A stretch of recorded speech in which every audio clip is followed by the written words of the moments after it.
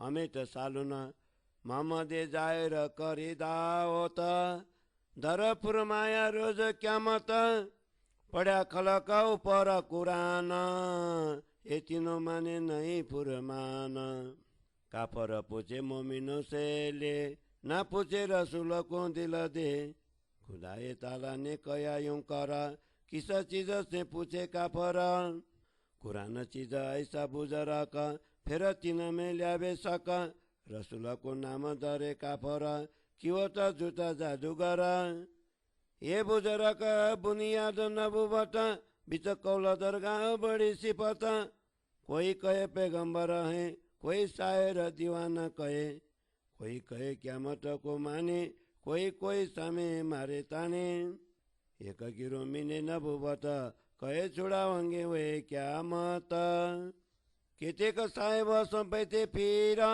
केतेक क्यामत से मुनकार बाजों को दुनिया यात बाजे सकल ल्याबे न बात खुदाए की सोए खाए के काई कि क्यामत नजिक आई साई पहली नियत की दे अपनी छुटा कौल ना करे दानी जिमी को कया बिछान तिन पर ल्यावती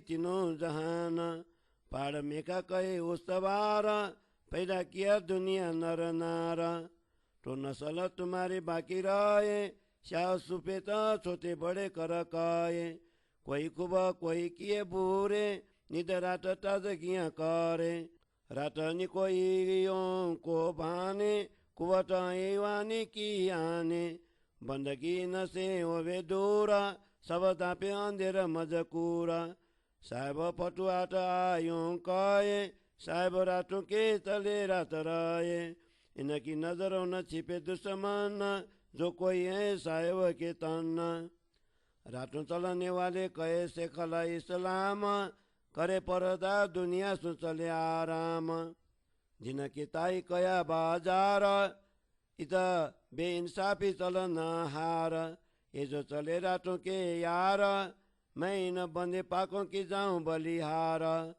कया जो साहेब का दिन ओ बकट तलब करे मोमिन इनाई मैं दुनिया सीला इस दिन उमत की फसल इनके तले सातों आसमान ये सारों के ऊपर जान और खलक जो इनके तले तीन खलक को ये जुलझुले पैदा किया आप ताव रोशन ये दिन हुआ वास्ते मोमिन इनके साथ उतरिया बादल तो नूर बादलियों रोशन जल तिनकी पैदास कई दाना घाँस ये कई शरत तिन पैदास गेहूँ जौ और कया घाँस काफर फिरस्ते रुए उमत खास फिरस्ते जो गेहूँ इस्लाम और घाँस कया सब काफर तमाम मोती दरिया वसे कांदे मोहम्मद इन विद इत लिख्या शब्द घाँस कया सब चारा ईवान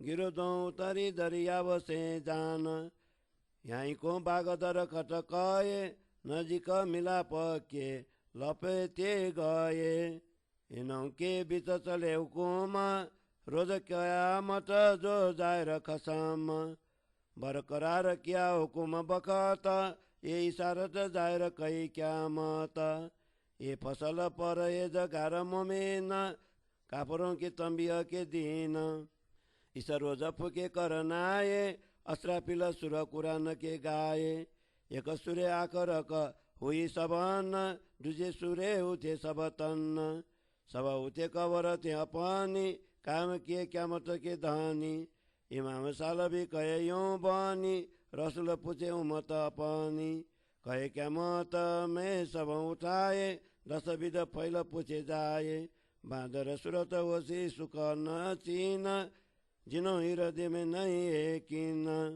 सुअर सूरत राम खोर कहे जो कबू हलाल के जिग ना गए गधे सूरत कहे आराम कार जिनके बुरे फैला रोजगार सुध खाने वाले हुए अंधे उसी खैच से दोजक फंदे न किया सेजदा न सुनी पुकार सो ये बेरे पड़े दोजक मार गुंगे कहे जालिमा हुकुम बे सबके तले सके दम पड़े जुआ काते पियो लो बड़े सुते पहिला मुख सीधे कहे मले दोध के आट पाओ दोए ताए देखे बिस्ती अचरज होए उड़न वाले कहे मोमिन मुतकी भी परोसी कहे तीन ताए हर बाट रंज पहुँचा जिन 16 के बीच सुली अगिन सुगल कोर काते आट पाऊ और सकती दिल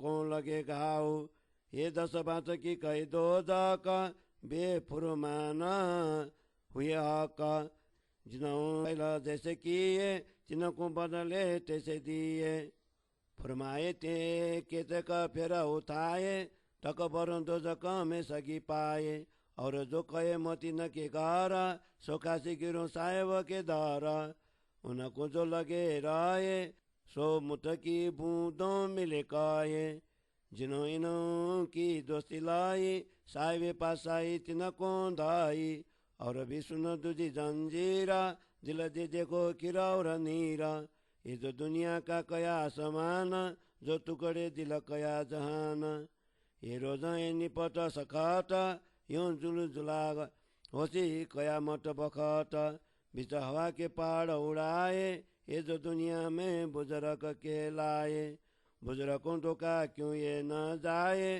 तो बखत ऐसा दिया दिखाए फिटुए न के जावे तब ऐसा कति न बखत देखे जब ठंडे वजुद होवे वो बर पाए तब हकीकत देखे आए सब दुनिया हुई गुनेगार यूं देखे बखत डोजक कार अब जो सुनो खासो मत खड़े रहो डोजक एक बखत न भागो गोसे रहो खड़े देखो डोजकियां खजाने बड़े बिस्तर जबान मोमिन गे निगे हबान डोजक खजाना पहुँचे कुफरान तहाँ ताही बखत पहुँचे सबन पैदरो पैदले अगिन गुजरे दसों काफर दूर दराज जानी थी आखर दुख लंबे हुए तिन कारण यूं मत पाया डोजकियों हालहीन करे मो अलिम नकल अपनी जुबाए साँची जिकर जो कही खुदाए जब मगज माई ने लीजे खोला तब पाइए इशारत बातू न बोला साकी दुनिया की उम्र कहीं अब लस्सी पारे माई 60,000 साल 40 नीके देखियो ताई दुनिया की उम्र कहीं अब लस्सी पारे माई 60,000 साल 40 नीके देखियो ताई 43 जुप्त जो कहे हर जुप्त 17 बहर भए हर 12 700 बरस लाए हर बरस 360 दिए न दाए यहाँ के 21 लाख 60,000 दिन आदम पीछे मजलाइन ये रसूल की आए कि मजाला एक गिनती करा तुम देखो दिल्ला 5,000 ताए बरस भए 847 ऊपर कहे 63 बरस उम्र के लिए 6,090 कम किए इतने रसूले करी सफर इनके आगे की करो जिकार 11 के जब बाकी 10 तब दुनिया उम्र 7,000 बरस इतने अमल भयो इमाम 40 बरस फजर तमाम जोड़ा पर जोड़ा गुजारे दुनिया उम्र इतलों करे तिन में जो 10 बरसों फजर सब दुनिया भई एक नजर 30 बरस जब 11 पर तब दुनिया सब भई आखर 17 बरस पुलस रात के कहे सौठने कयामत बीच में रहे पुलस रात दुख कहिए क्यों कर काफर जले जुले जुले आखर 10 और टोए बुरज जो कहे सो 12 क्यामत के पूरे भये ये तीसरी बड़ी फिरस्तों की फजारा पीछे उठ खड़ी दुनिया नूर नजारा पीछे उठ खड़ी दुनिया नूर नजारा 10 और टोए बुरज जो कहे सो 12 क्यामत के पूरे भये ये तीसरी बड़ी फिरस्तों की फजार, पीछे उठ खड़ी दुनिया नूरा नजारा, पीछे उठ खड़ी दुनिया नूरा नजारा। चौपाई 48 प्रकरण 22, चौपाई 516। बोलो श्री प्राणनाथ प्यारे की जय।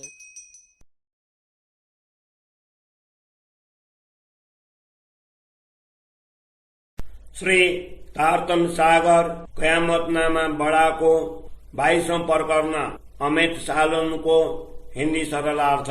रसूल मोहम्मद ने कुरान के माध्यम से धर्म का उपदेश किया। उनमें कयामत के समय सबको कर्मों के लेखा जोखा के न्याय का दर दिखाया। उन्होंने सभी लोगों के लिए कुरान का ज्ञान दिया, किंतु जो लोग इन तीनों बातों के लिए उनका आदेश नहीं मानते हैं वे अवज्ञाकारी काफिर कहलाते हैं। ऐसे अवज्ञाकारी लोग संदेश पहुंचाने वाली ब्रह्म आत्माओं से अनेक प्रश्न करते हैं, किंतु सीधे संदेश वाहक रसूल के पास जाकर प्रेम पूर्वक नहीं पूछते हैं। कुरान में खुदा की ओर से यह स्पष्ट कहा है, ऐसे अवज्ञाकारी लोग किस संदेह के लिए पूछते हैं, अर्थात उनका पूछना निरर्थक है। कुरान स्वयं श्रेष्ठ ग्रंथ है, उसके उपदेशों में भी अवज्ञाकारी लोग संदेह करते हैं और रसूल मोहम्मद को भी इस प्रकार कहने लगते हैं कि वे कविता करने वाले झूठे जादूगर हैं। खुदा के आरंभ से इनको पैगंबरी दी है, परम धाम में भी इनको बड़ी महत्ता मिली है। अनेक लोग इनको खुदा के पैगंबर मानते हैं तो कतिपय कविता करने वाले शायर अथवा दीवाना समझते हैं। कतिपय लोग कयामत की घड़ी को स्वीकार करते हैं, कतिपय इसके विषय में ताने मारते हैं। परमात्मा ने एक समुदाय में पैगंबर के अवतरण की सौगात दी है। उसके लिए कुरान में कहा है कि वह समुदाय कयामत के समय समस्त जीवों को जन्म मृत्यु रूपी बंधन से मुक्त करेगा। कतिपय लोगों ने रसूल मोहम्मद के वचनों से अपना मुख मोड़ लिया तो कतिपय लोग कयामत के प्रति अविश्वास रखने लग गए।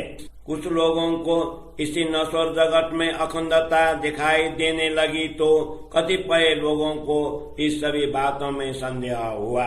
रसूल मोहम्मद ने खुदा के नाम की शपथ लेकर कहा है कि कयामत की घड़ी निकट आ रही है। इसलिए रसूल मोहम्मद के अनुयायी सर्वप्रथम इन वचनों पर अपने विश्वास का मूल्यांकन करें, क्योंकि खुदा ने दर्शन के समय में रसूल मोहम्मद को जो वचन दिए हैं वे मिथ्या नहीं हो सकते। कुरान में इस पृथ्वी को बिछौना कहा है और इस पर 3 प्रकार की सृष्टियों की उत्पन्न किया है। यहाँ के पर्वतों के पृथ्वी की दृढ़ किले मेघा बताया गया है। इस प्रकार की पृथ्वी में खुदा ने नर नारियों को उत्पन्न किया है।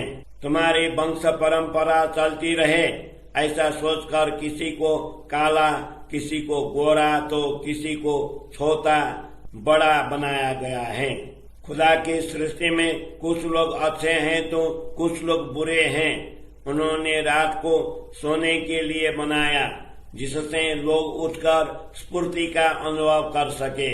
अज्ञानमय रात्रि सद्व्यवहार निकोई का हरण कर देती है और लोगों के हृदय में पशु वृत्तियां उत्पन्न कर देती हैं। इसलिए वे लोग खुदा की बंदगी से दूर रहते हैं, जिसके कारण सर्वत्र अज्ञानमय वार्ताएं छा जाती हैं। साहिब फतवात के लेखक ने इस प्रकार लिखा है कि इस लैलतुल कद्र की रात्रि के स्वामी ब्रह्मात्माओं के चरणों में ऐसी अज्ञानमय रात्रियां दबी रहती हैं। उनकी दृष्टि में अंतर के शत्रु छिपे नहीं रह सकते। परमात्मा की अंग रूपा ब्रह्मात्माएं अंदर के शत्रुओं को भगा देती हैं। अज्ञान रूपी अंधकार युक्त रात्रि में भी सन्मार्ग पर चलने वाली धर्मनिष्ठ आत्माएं शेष उल इस्लाम हैं। वे दुनिया से पर्दा कर विमुख होकर अपना व्यवहार शांति से चलाती हैं। दिन के समय को कोलाहल युक्त बाजार कहा गया है, जिसमें अन्याय का व्यवहार चलता है। ब्रह्मात्माएं महिमामय रात्रि लैलतुल कद्र में यात्रा करने वाली परमात्मा के मित्र कहलाती हैं। वे स्वयं इन पवित्र आत्माओं पर समर्पित होता हूँ। मैं स्वयं इन पवित्र आत्माओं पर समर्पित होता हूँ। कतिपय ग्रंथों में कयामत के समय को परमात्मा के आगमन का दिन कहा है।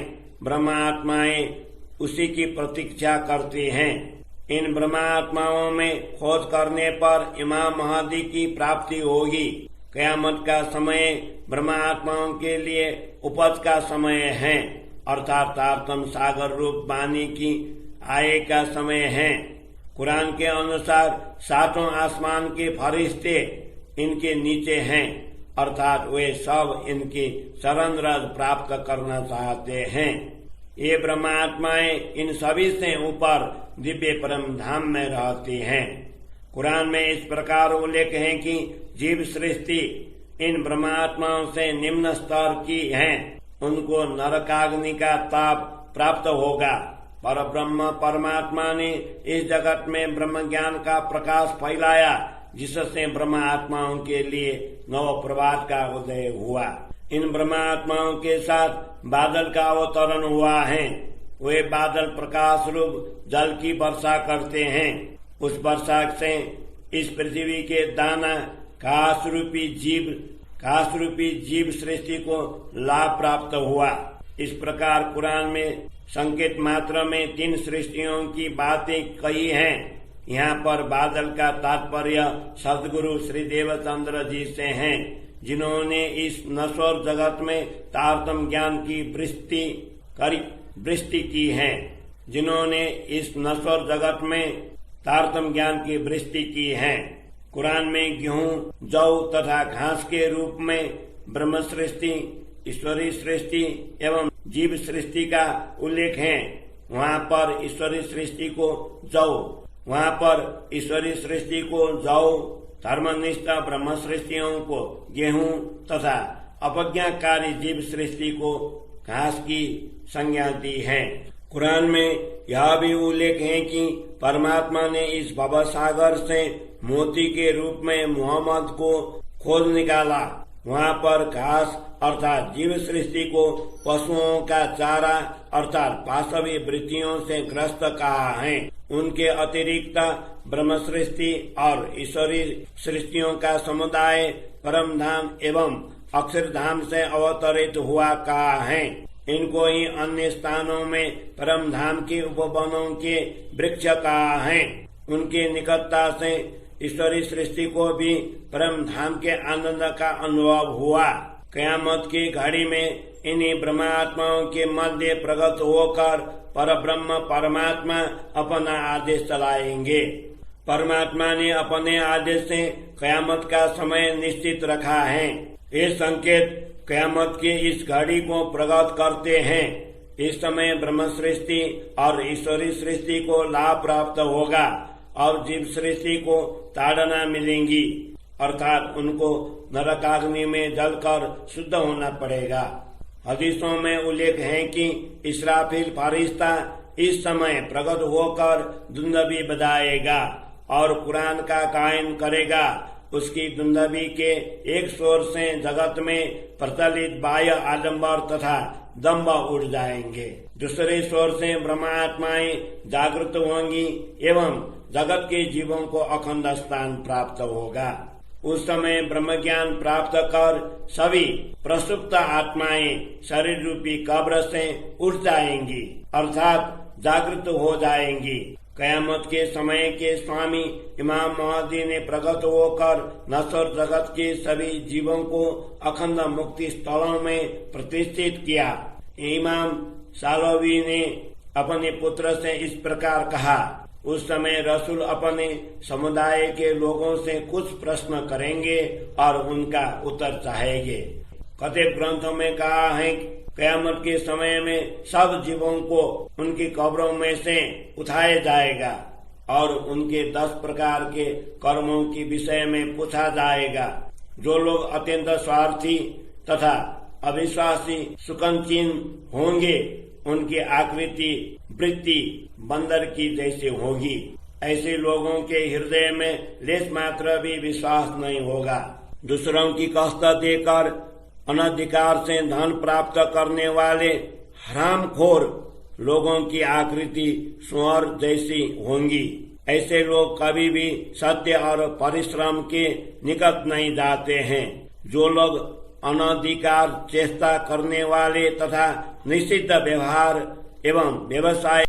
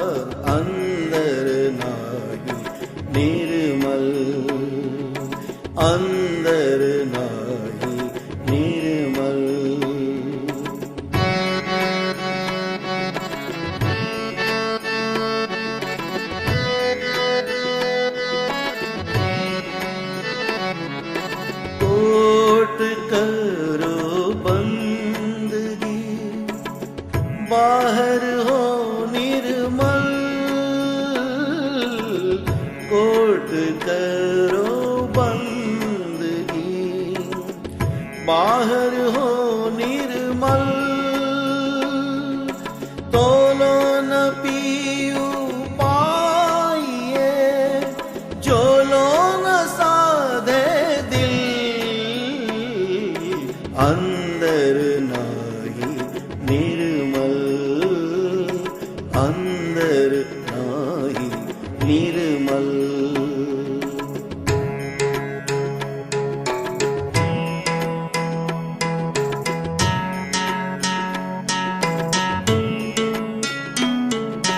अहनिशित बेली रहे अपने पियू के संग, अहनिशित बेली रहे अपने पियू के संग, पीठ दे तीन पियू को करे ऊपर के रंग, अंदर नाही निर्मल, अंदर नाही निर्मल।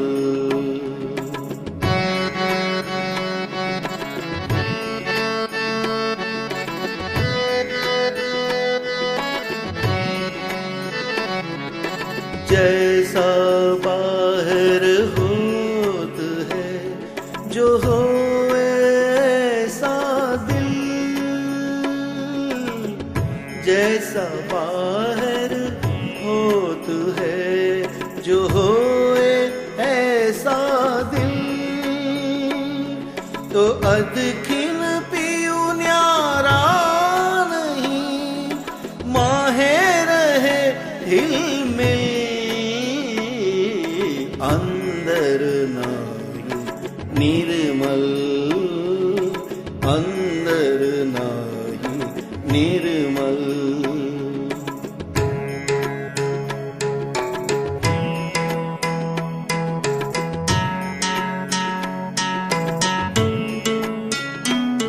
तू आपे न्यारी होत है, पियू नहीं तुझसे दूर, आपे न्यारी होत है, पियू नहीं तुझसे